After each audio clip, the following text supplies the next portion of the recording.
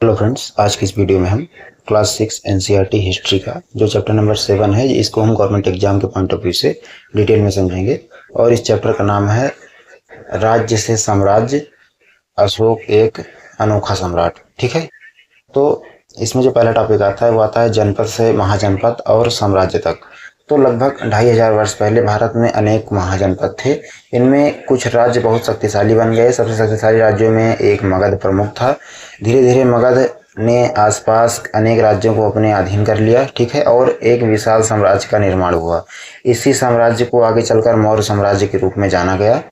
ठीक है, फिर आता है मगध इतना शक्तिशाली क्यों बना। मगध के शक्तिशाली बनने के कई कारण थे। पहला हो गया उपजाऊ भूमि। गंगा और उसके सहायक नदियों के किनारे भूमि बहुत उपजाऊ थी।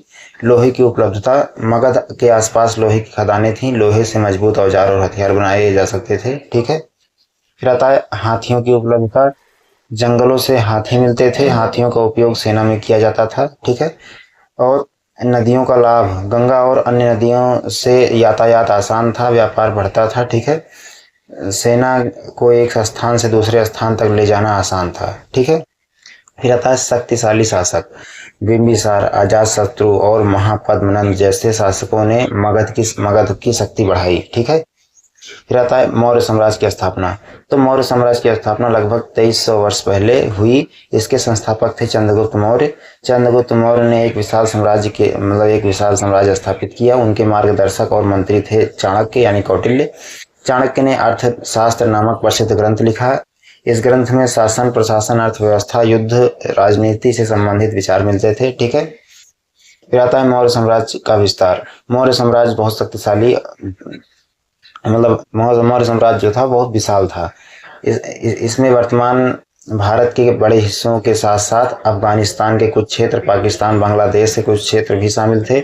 मौर्य साम्राज्य की प्रमुख राजधानी थी पाटलिपुत्र। यह वर्तमान पटना के पास स्थित था। ठीक है, उसके बाद आता है मौर्य साम्राज्य का प्रशासन। इसमें बड़े साम्राज्य को चलाने के लिए मजबूत प्रशासन की आवश्यकता थी।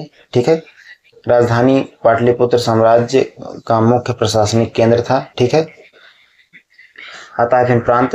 प्रांत साम्राज्य को अलग अलग क्षेत्रों में बांटा गया था, तो वही होता है प्रांत। तो और फिर आता है महत्वपूर्ण नगरों में राजकुमार या अधिकारी नियुक्त किए जाते थे। फिर आता है अधिकारी। राजा की सहायता के लिए अनेक अधिकारी होते थे। वे कर वसूलते थे, कानून व्यवस्था देखते थे, प्रशासन चलाते थे। ठीक है, फिर आता है सेना।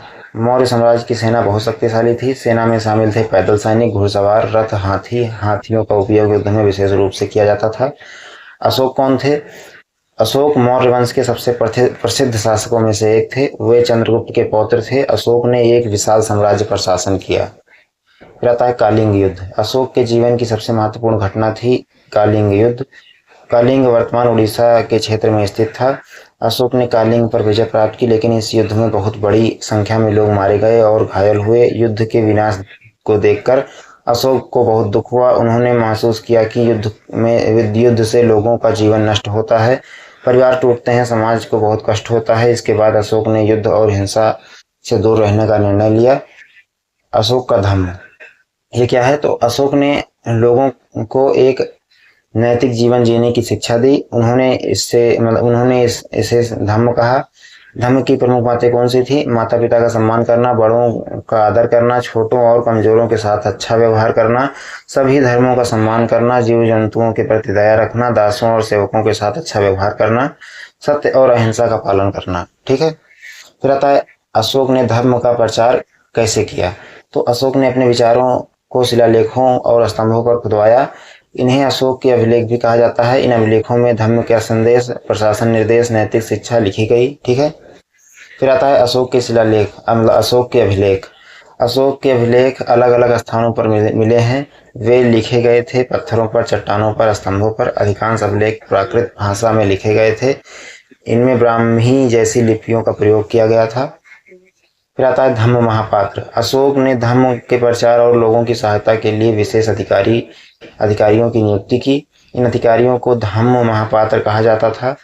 उनका कार्य था लोगों को धर्म की शिक्षा देना, लोगों की समस्याओं को समझना, अलग अलग समुदायों के बीच सद्भाव बढ़ाना। ठीक है, फिर आता है अशोक एक अनोखे सम्राट क्यों थे। तो अशोक को अनोखा सम्राट इसलिए माना जाता है क्योंकि सामान्य अधिकतर राजा अपनी विजय के लिए युद्ध करते थे।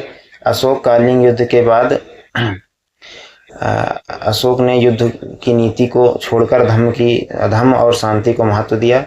उन्होंने लोगों के कल्याण के लिए काम किया, ठीक है, इसलिए उनको विशेष सम्राट कहते हैं। फिर आता है जनता के कल्याण के कार्य।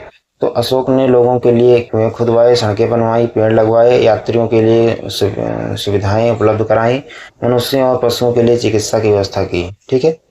फिर आता है मौर्य साम्राज्य का पतन। तो अशोक के बाद मौर्य साम्राज्य धीरे धीरे कमजोर होने लगा। इसके संभावित कारण कौन से थे? विशाल साम्राज्य को नियंत्रित करना कठिन था, कमजोर उत्तराधिकारी आए, प्रशासनिक कठिनाइयां बढ़ी, अलग अलग क्षेत्रों में विद्रोह हुआ, अंततः मौर्य साम्राज्य का पतन हो गया, ठीक है। फिर इस चैप्टर के महत्वपूर्ण शब्द जिनको आपको विशेष रूप से समझना है और याद करना है, जैसे कि सम्राट। तो सम्राट क्या है? एक विशाल राज्य जिसमें अनेक क्षेत्र और राज्य शामिल हों, ठीक है। और साम्राज्य, सॉरी मैंने सम्राट पढ़ा था, तो उस सम्राट नहीं, वो पहला जो लिखा है वो है साम्राज्य। साम्राज्य क्या होता है?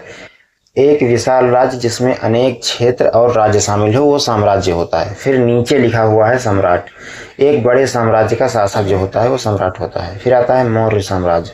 तो चंद्रगुप्त मौर्य द्वारा स्थापित विशाल साम्राज्य मौर्य साम्राज्य, ठीक है। अभिलेख, पत्थर और चट्टानों या स्तंभ पर लिखे गए लेख। फिर आता है धम्म, अशोक द्वारा प्रचारित नैतिक और सामाजिक आचरण के सिद्धांत को धम्म, ठीक है, धम्म कहा जाता है। फिर आता है धम्म महापात्र, धर्म के प्रचार और लोगों के कल्याण के लिए नियुक्त अधिकारी धम्म महापात्र होते थे। फिर आता है कालिंग, वर्तमान उड़ीसा के क्षेत्र का प्राचीन नाम जो है कालिंग था। तो आशा करता हूँ आपको चैप्टर अच्छा लगा होगा। अच्छा लगा हो तो वीडियो को लाइक जरूर करें, चैनल को सब्सक्राइब करें, ठीक है। धन्यवाद।